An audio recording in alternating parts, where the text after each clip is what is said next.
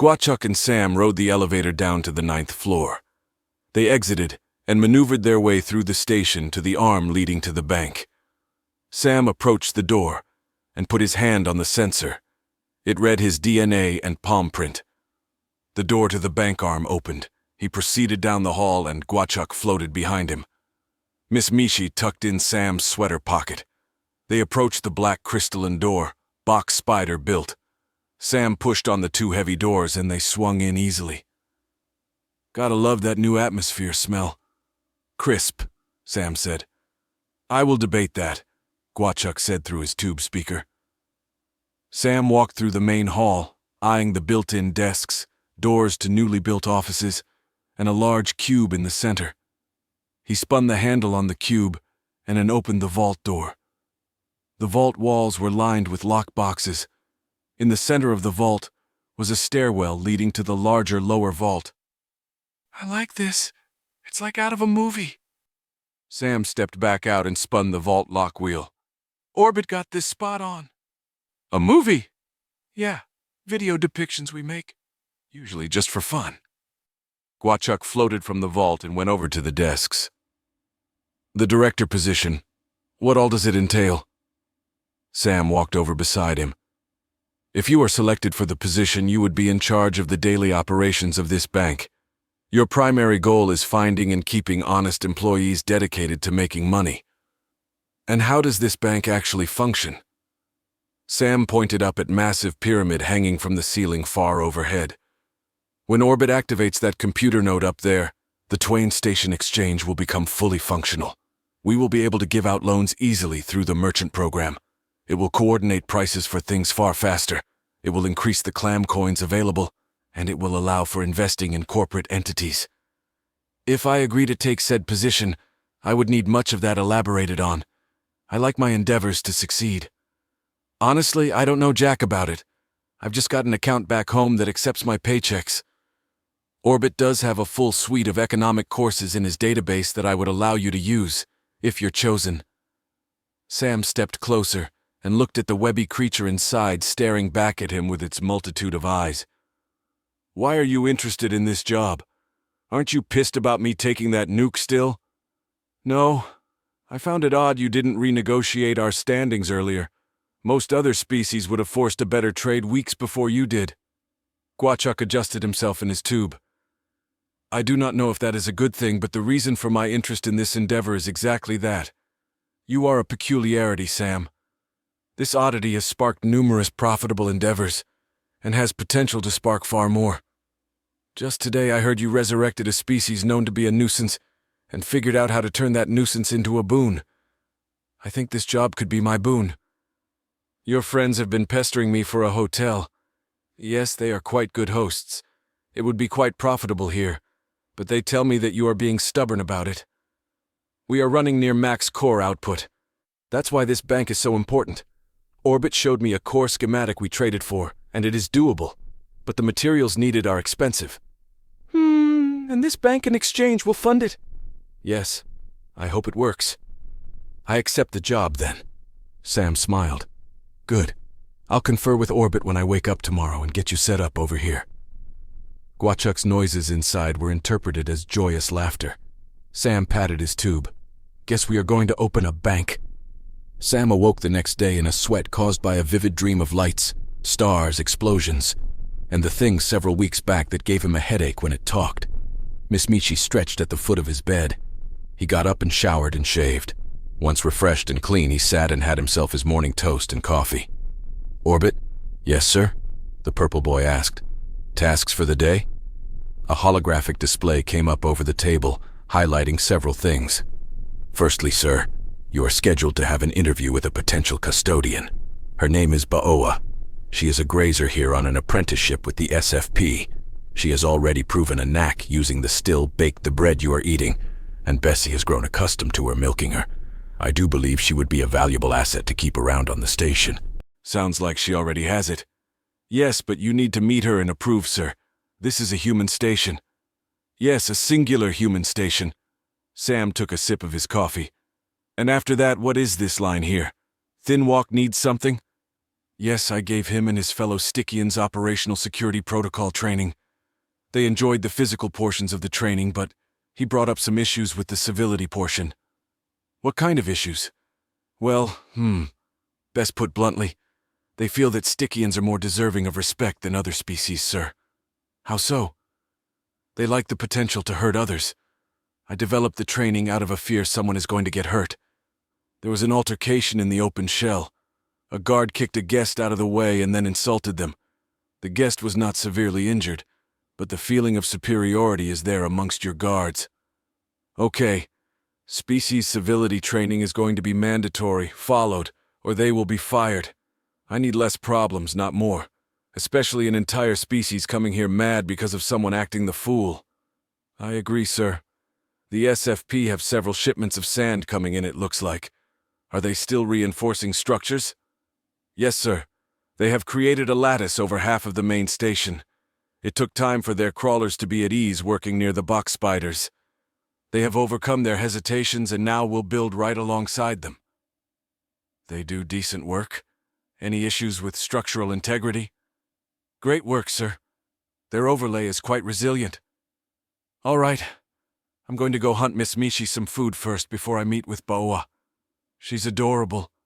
She's a godsend. I didn't realize how touch-deprived I was until I held her. Sam got up and took his dishes to the kitchen and set them in the sink. Could you ask SFP for a box of sand for litter? Sent a message for you just now. Thank you, Orbit. Sam got dressed in his suit, holstering his fragger, and set out down the halls. He arrived at the Infinigan shop about 15 minutes later. Spitzlittle was there, disassembling a series of large cubes Sam did not recognize. Sorry to interrupt. Spitzlittle jumped. Oh, hello, Sam. Hey, how are you today? I am recovered. I'm very sorry about what happened. I didn't even think that would have been an issue. It's okay. I am recovered. She adjusted her breather and leaned away, motioned her stool a bit farther from him. I was curious if you got the rifle modifications done. Yes, it is there by the counter. That will be 50C. Sam manipulated his arm display and paid her via the merchant app. Thank you, he said as he grabbed the gun. He smiled and waved to leave. She bobbed her head and looked back to her work. It didn't take long for Sam to find a nest of the rabbit rats. They had made a home in a vent off the main hall by the restaurants. He knelt down and shined his headlamp into the vent. Numerous sets of 5 beady eyes peered back. He laid down prostrate, aimed, and fired.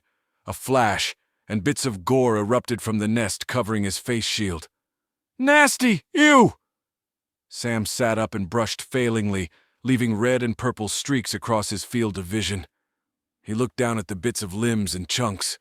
He scooped them up into a pile and put them on the nearby floating tray. Back at his quarters, he washed and cleaned the bits. Once cleaned, he put them in a little dish and set it down for the eager Miss Mishi. She began gobbling them down straight away. Sam changed and went to his office. Upon arrival, he saw a small, thinner-than-usual grazer. Are you Bawa? I am, she replied. He reached out to shake her hand. She accepted and shook weakly. I have heard good things about your work. Bessie seems to like you. I am quite fond of your cow. She is an interesting animal and smells nice. Sam laughed. I've never heard that about a cow before. Sam motioned her into his office. Come in, have a seat. They both sat, her straddling the bench, and he in his custom high-back chair on the other side of the desk. So, do you have experience cleaning space stations? It was my duty to keep up my family ship. What all things did that entail? She groaned and wheezed a bit, Orbit translating through his desk speaker for him. I shined the quarters and breezeways, trash composted, tended our greens. Dad did most of the fixing. Brothers did the cooking and outside walks. I took care of making things nice. Sounds like you are a good fit. The job comes with monthly wages, bonuses yearly based on performance, and room and board. That amenable to you? Yes, sir. That is exactly what I wished for. I wish to continue to learn more about growing crops, especially tomatoes. I really like making sauces. I heard you have been processing my foods for me. I thank you much for that. I've just been picking them up out of cold storage. Yes, sir. I have gone through many of Orbit's training videos.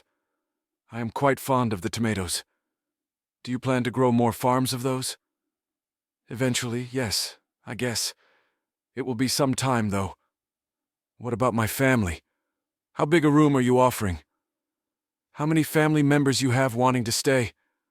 17 of my brothers and sisters are wishing to stay here. I'm worried you will not have enough room. I have a series of storage rooms that are... He paused and took a breath. Quite filthy, I guess is the best way to say it. They need trash processed, moss killed back, and cleaned thoroughly. That whole section I can allot to you and your family. It should be enough. Oh, that would be wonderful. Would you be interested in hiring any more custodians? Have them apply through Orbit, and I will set up interviews with them as I have you. Sam stood up and offered his hand again. I am glad to have you aboard, Bao. You are a valuable addition to the station. She rose up and took his hand, shaking it vigorously. Thank you. I'm very happy to be here. This is a great opportunity. I'm so excited. Sam led her to the door and she kicked her back feet up as she hopped through the reception. That felt good. I like her too, Orbit said. Sam went back to his desk and sat. Oh, now to deal with curing Stickian racism. I do not envy this next one, sir. Sam got up and walked over to the shelves across the room. He readied the coffee maker and started making another pot. The bank had opened. The pyramid computer core of the exchange was online and running. Guachuk had hired on 3 other Webbers as loan officers and 5 obelisks as tellers running the front desks. The large conference room in the back of the bank was hosting a meeting. Bao had brought in some station-made coffee, toast, jam, and 5 bottles of whiskey. Around the table sat Curator Captain Killall, a cluster of SFP, 3 other Craddock, Firebottom, Bao, 3 of her siblings, Guachuk and Sam at the head of the table with a hologram of Orbit. Sam stood up. Thank you all for meeting here with me. This here, us, marks the beginning of something incredible. Orbit pulled up a hologram containing 18 sectors with 7 planets highlighted across 4 systems. Curator, you are the one who came up with this. Would you like to take over? Gladly. She got up and went over to the hologram. We have discovered that the Craddock respond very positively to our whiskey. The pain relief was apparent, but another amazing side effect was noticed after a week of heavy drinking. Curator pointed at another hologram that arose. It was an image of a Craddock progressing. As you see, over 1 week of high alcohol blood levels reduced the size of the egg tumors by 85%, she smiled. They are wanting no, demanding more. Captain Killall raised a glass. Yes! Our people need more of this. The other Craddock touched glasses and drank. Curator pulled the system map to the forefront. Bao, you have proven yourself and your family to be amazing distillers. We need to increase our production thousands of folds. This station, as you all know, is still in its infancy. We need planet-side production. Curator zoomed in on Craddock Prime. The Craddock homeworld is underdeveloped. Large predators are quite common, and the land is largely devoid of agriculture. Killall and I have done an extensive survey, seeing what they have to offer as trade. They have 2 vital trade goods. Curator walked over to the Craddock. Their people are skilled warriors, honed by eons of combat. With proper motivation, they are willing to shift from piracy to protection. Secondly, they have a fertile world, quite capable of growing vast quantities of crops. Curator stepped around the table to the grazers. Protected fields and trade routes in exchange for whiskey. Curator walked around the table to Guachuk.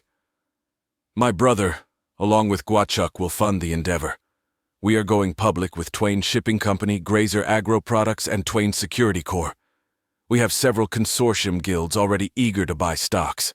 We will fund ships, purchase farm equipment, give loans to grazers from across these systems to start farms. As many Craddock as wish to be employed will be. We will develop active monitoring of trade routes with buoys and patrols with Twain Station as the active hub. We are already sourcing materials for the 2nd and 3rd power core needed to take this station to the next step in becoming the bastion of inter-system trade. The room erupted in hoots, hollers, whistles, and the Craddock pounding on the table. Sam stepped forward. Does anyone here object to this plan? One of the SFP stood, still touching its cohorts. We will farm. We will help. We do want amendment to the trade deal. Sam nodded. What is it? The starfish person walked over to the hologram. It zoomed in on an icy moon in the Grazer's second system. This moon is silicate. It has vast ice sheets. We would like it. Sam looked at Curator. Is that doable? Who owns it? Baal raised her arm. It is undeveloped. We have not bothered with it at all. I will talk to our presidents and negotiate for it as part of the trade deal with our people. Sam looked at the SFP. We will incorporate it into our plan. Funding will be allocated for it. The SFP sat back down. Then we agree. Sam slapped the table. Then it is agreed. We are going to do this. Sam left the meeting with Curator. They walked through the arm back to the main section of the station. I'm impressed. That was amazing, he said. It was easy to get the Craddock on board. It gives them hope. The first party was pretty amazing. I had to fight off 3 from trying to knock up Kill-All, but once the booze was flowing, everyone mellowed out. Sam chuckled. It's crazy that alcohol acts as a kind of contraception for them. It's just the opposite for humans. It is amazing all the interactions that are happening. I heard about the incident with the Infinigan female. Yeah, I got lucky on that one. Curator hummed a bit in thought. You think the heir will send some to work here? She asked. I hope so. We are dancing on a knife edge here. Well, the place is looking better. The halls are cleaner than when I left. Bao and her family have been kicking ass. They actually love the mist moss. They have dedicated a spare storeroom to raising it. What about the methane accumulation? Crunch Crunch and his wife made a device to siphon it out the air and store it. They've been using it to power torches in their workshop. Curator flexed her metal arms behind her head. We're a catalyst, it seems. How so? All these species work so well together, but they never had anyone to pull them all together. How come the Confederate of the Great Arm or whatever didn't unite everyone? From what I've got from orbit in our data transfers, it seems the Great Arm isn't that great. It's more like a non-aggression pact. Trade is minimal.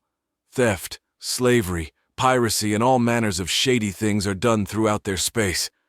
They tend to stay out of each other's territories and expect the same.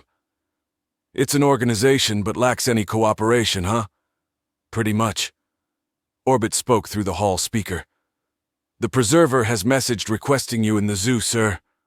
We're not far from there. Let him know we will be there in 10 minutes. Message sent, sir.